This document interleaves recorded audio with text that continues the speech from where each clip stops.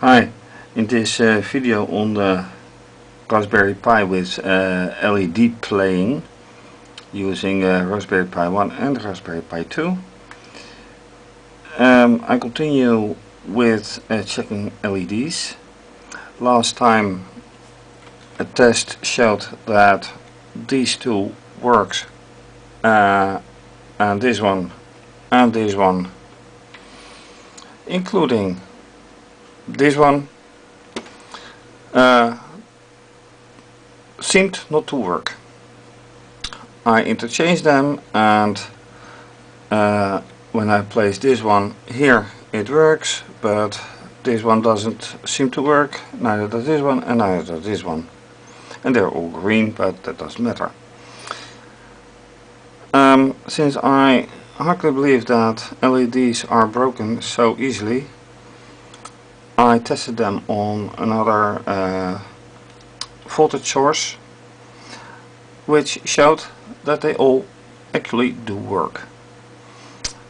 So, an hypothesis is then that the resistor I use is for some reason the wrong value.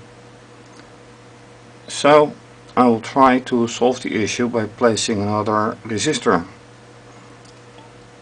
here and here.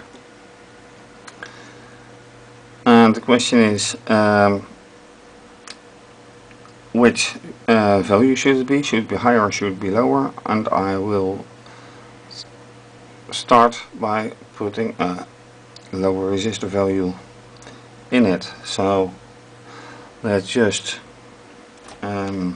verify that this is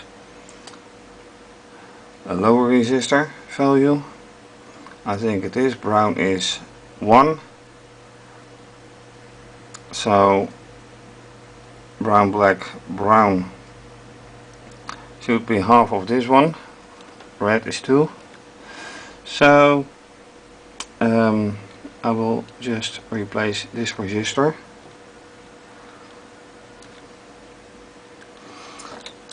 and put this one instead. With resistors, direction don't matter. So let's see if this resistor is actually a solution.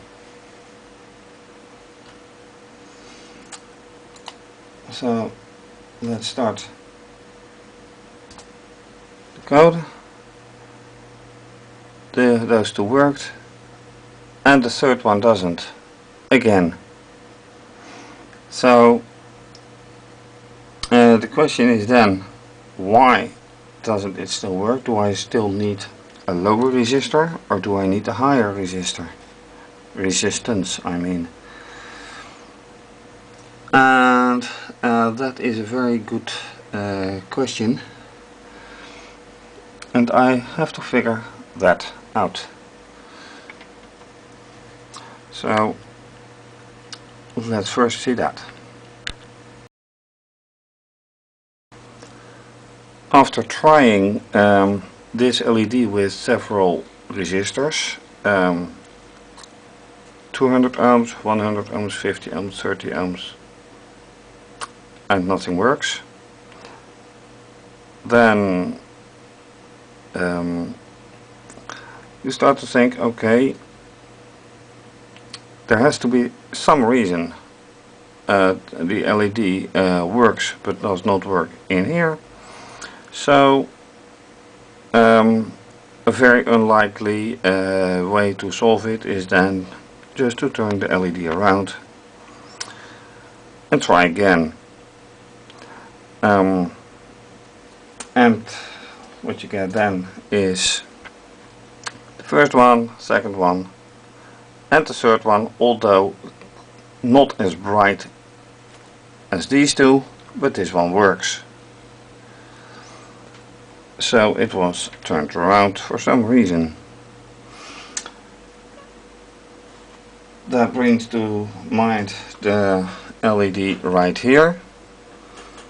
I turned it around as well, and it works. So I will put this LED in place as well. I just have to find out which connection I should do. Anyway, with this resistor and LED, I just have to fabricate another LED, because I just have a LED head and no wires yet. So with all those in place, I can actually go on with the coding to do the LED play. So let's start with that.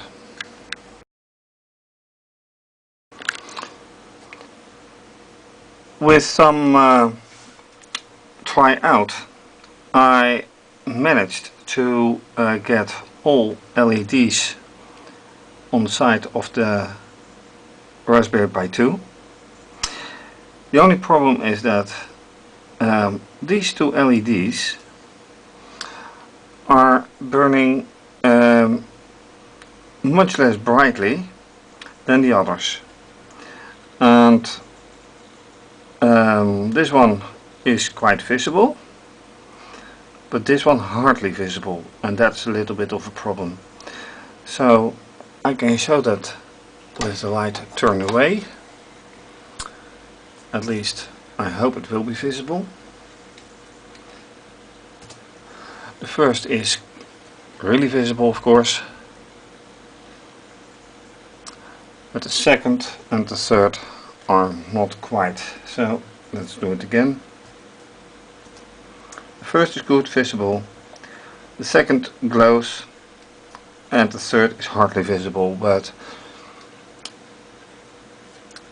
it will have to do until I find decent replacements.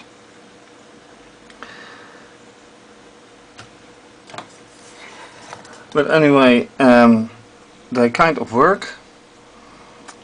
So now there is time to find out and to determine which inputs on both ways are going to be used, because the setup still is one LED or one LED, I should say, burns, then it gives a signal to the RPi2 to burn this one, and then that one, and that one, and so on.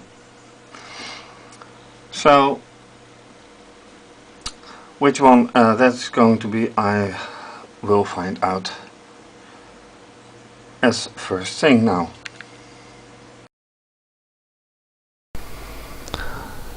So looking at the header details pinout of the Raspberry, I have to keep in mind that I am using 7, 12 and 29 for the inputs.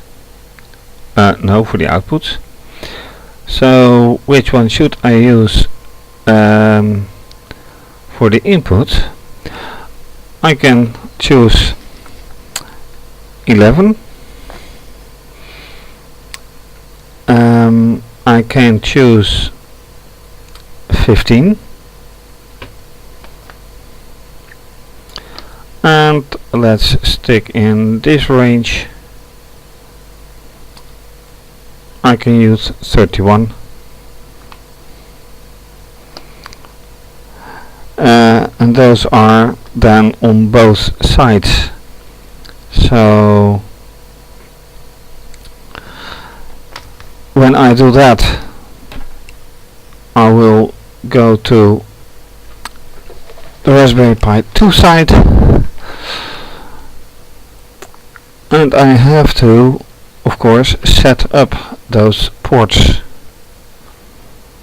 as an input, which I have to do on the Raspberry side 1, of course, as well. So GPIO.setup 11 GPIO.in, and then it is, of course, quite easy to copy these lines, and yet again and the second line is for 15 and the third line is for 31.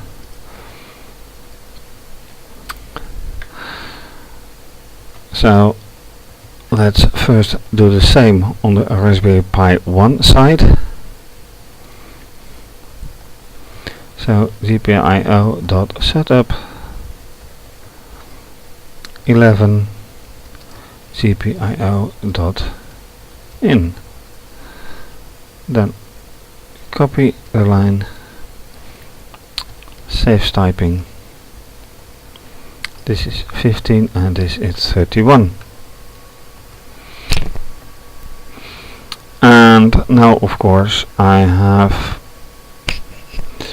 one other thing to do to avoid problems. I will put all these first to false. Is that necessary? No, that is not necessary because it's an input. Well, let's just see.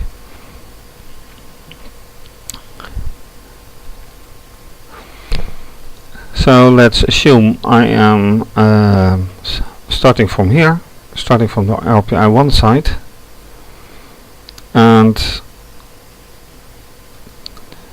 here I am doing one thing. Ouch, that's the wrong line. And this says false, and at false I say GPIO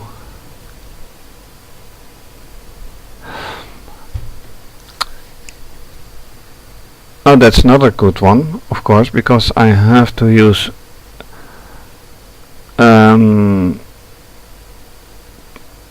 this is an output that goes to an LED,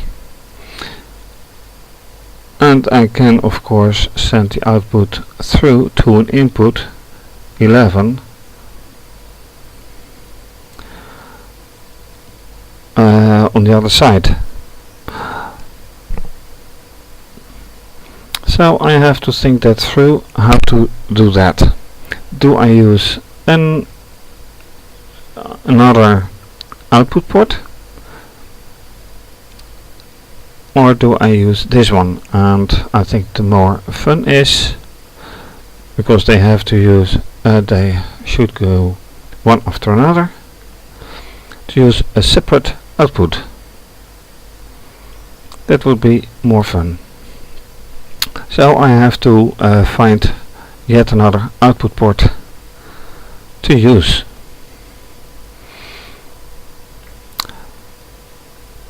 And I have more output ports available, so that shouldn't be too hard. And as output ports for the signals to the other RPi, I have chosen 13, 18 and 22. So what I have to do is yet another setup. 13 GPIO dot out, and then best to copy them,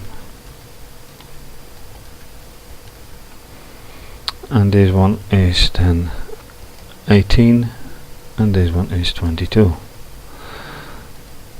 intended for signal to RPi2.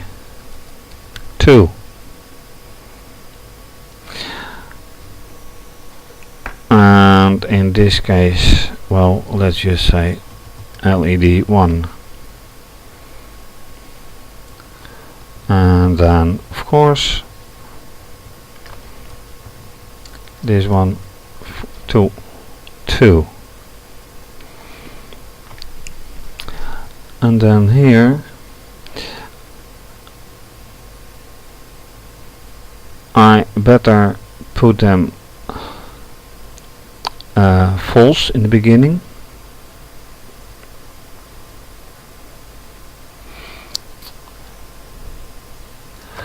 And here I have already set input from.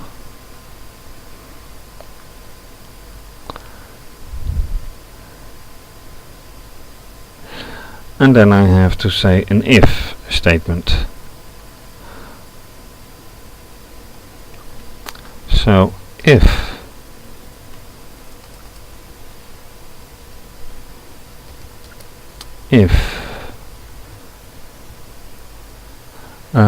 no, this is setup, of course, so there's no if here, there's an if here. If GPIO dot output no input 11 is true,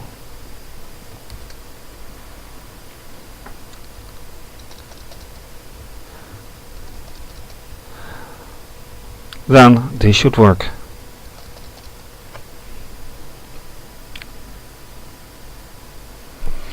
And this starts the changing of the LEDs. So this is going to be very interesting. But on the other hand, on the RPi2 side, I have to put this in as well. So let me first erase this code a little bit. And then from here I have to give output ports as well. So these are for the LED. And then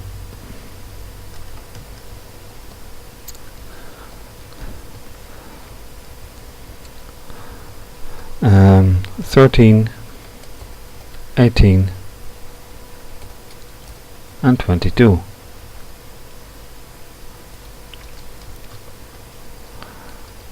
To RPi1. And from here I have to say okay, GPIO output 11 true.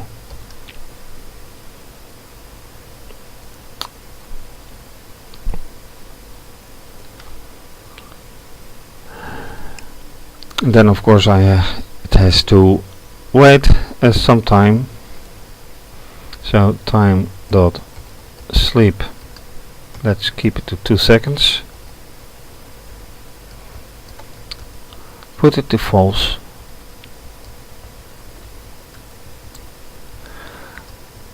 Then the question is, will this indeed work? Will the signal be picked up in time by the RPi2, or in this case by the RPi1?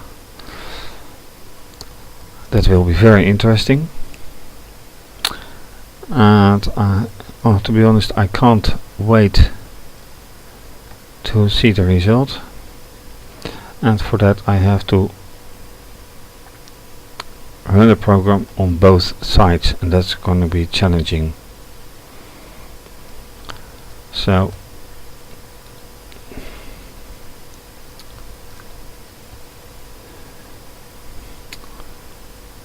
this is going to be a huge challenge.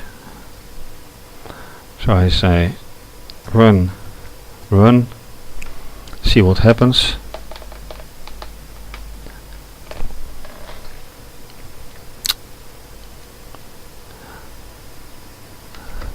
And I get that's, yes, I should have set 13 as an output. That's a good one.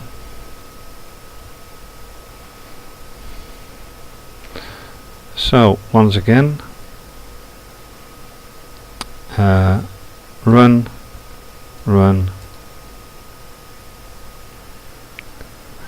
and this should be sudo, of course.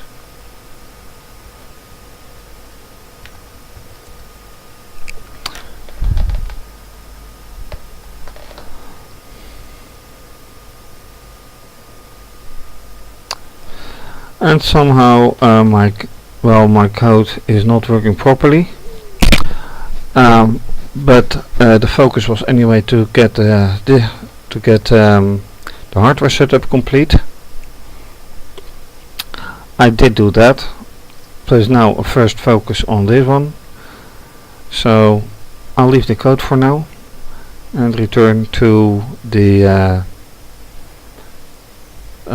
board setup for a moment.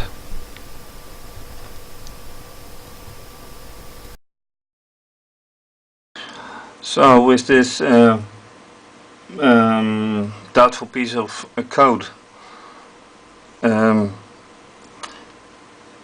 it's a challenge to get things working. Unfortunately, I have two doubtful LEDs. This one should be able to be fixed with an other resistor. This one too, but I have my severe doubts, so I need to get a green one, because early experiments showed that red LEDs are fainter than green ones. And with this setup in hardware complete, I think so far it's been a nice experiment setting it up anyway. Of course, with the parts of the code I have to use some jump wires, so that is also why things are failing. From ports 11, 15 and 31 to the other side, to the other input ports. I forgot that once again to do, so that is the next step to take. And then I should get slowly into a nice working experiment. So for now, thank you for watching, and to be continued.